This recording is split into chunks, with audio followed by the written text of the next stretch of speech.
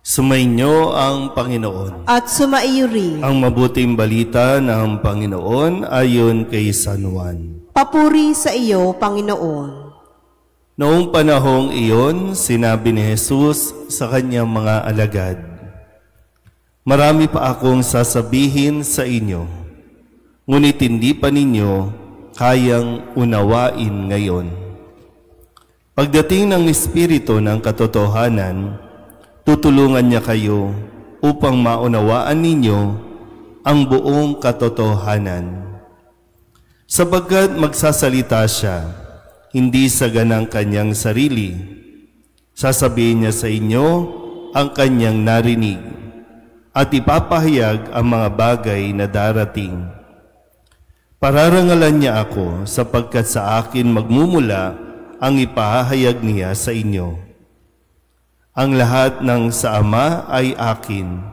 Kaya ko sinabing sa akin magmumula ang ipapahayag niya sa inyo." Ang mabuting balita ng Panginoon. Pinupuri ka namin, Panginoong Heso Kristo. Isang magandang umaga po sa inyong lahat. Ngayon po ay Huwebes sa ika-6 na linggo ng Pasko ng Pagkabuhay. At ang ating pong liturhiya sa mga susunod pang mga araw ay paghahanda o inihahanda tayo para sa pag-akyat ni Jesus sa langit na siyang ating ipagdiriwang sa darating na linggo. Kung kaya't ang mga mensahe na ating naririnig mula sa Ebanghelyo ay mga habilin at pamana o paalala ni Jesus sa kanyang mga alagad para nang sa ganon ay mas maging handa sila sa kanilang mga haharapin kapag oras na sila naman ang gaganap ng mga misyon at responsibilidad na ipapasa sa kanila. Bagamat naiintindihan ni Jesus na ang isipan ng mga tao ay limitado, dahil nga mas kadalasan ang napapairal ng tao ay emosyon, kaya mas nagiging mahirap para sa tao ang unawain ang mga sitwasyon. Alin ba ang mas madalas na nagagamit natin o pinapairal? Kaya nga dalawa, mayroon tayong IQ at mayroon din tayong EQ, yung emotional at yung intellectual. So pareho ito na tinatouch o binabanggit ni Jesus. Kasi kailangan hindi lang basta talino, kailangan meron ka ding pandama. Hindi lang naman puro pandama, kailangan nag-iisip ka rin. Kaya nga diba sabi niya, pag alis niya, bagamat hindi niyo pa ito mauunawaan ngayon, pero may darating ang Espiritu Santo para maunawaan ninyo ang lahat tungkol sa katotohanan. Kaya diba sa karanasan natin, kapag mayroong umaalis, kapag mayroon ng namamayapa, diba kumbaga ang pinakamalakas sa atin ay yung damdamin natin na nasaktan ka, nalungkot ka, o kung ano pa mga talagang minsan negative emotion. At hindi kaya nga nasasabi natin, bakit sa akin? Bakit siya pa ang kailangan mawala?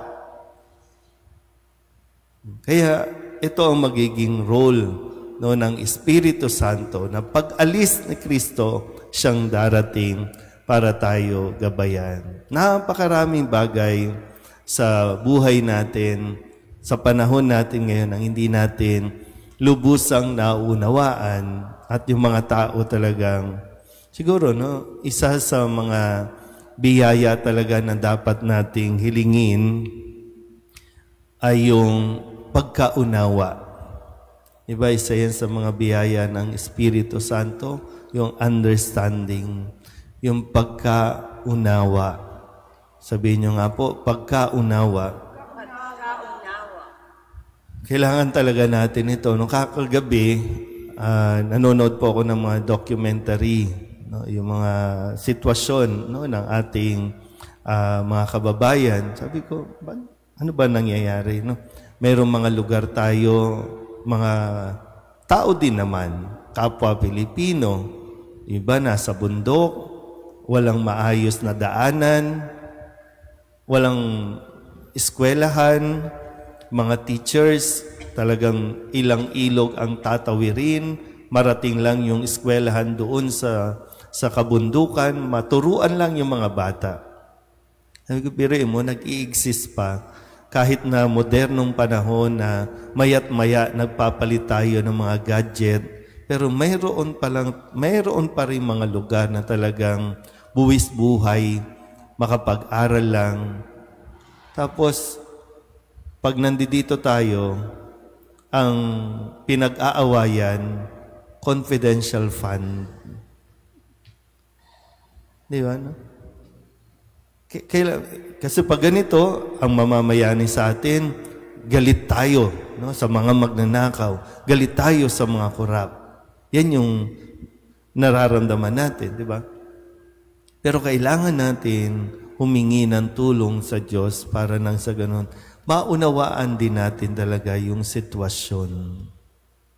Kasi no, talagang yung mga nagkakaroon ng issue sa mga pondo, no, sa mga lingkod bayan natin, pero nakakaawa din naman talaga sila.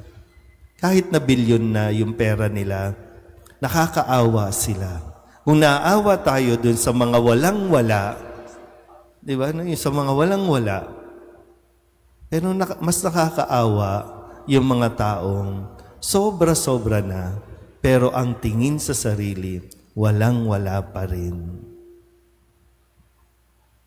Na ano nyo po ba? Naisip nyo ba? Di ba?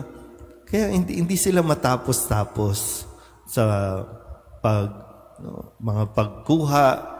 Hindi man siguro pag nanakaw, minsan mayroong standard SOP na tinatawag sa mga naglilingkod sa gobyerno.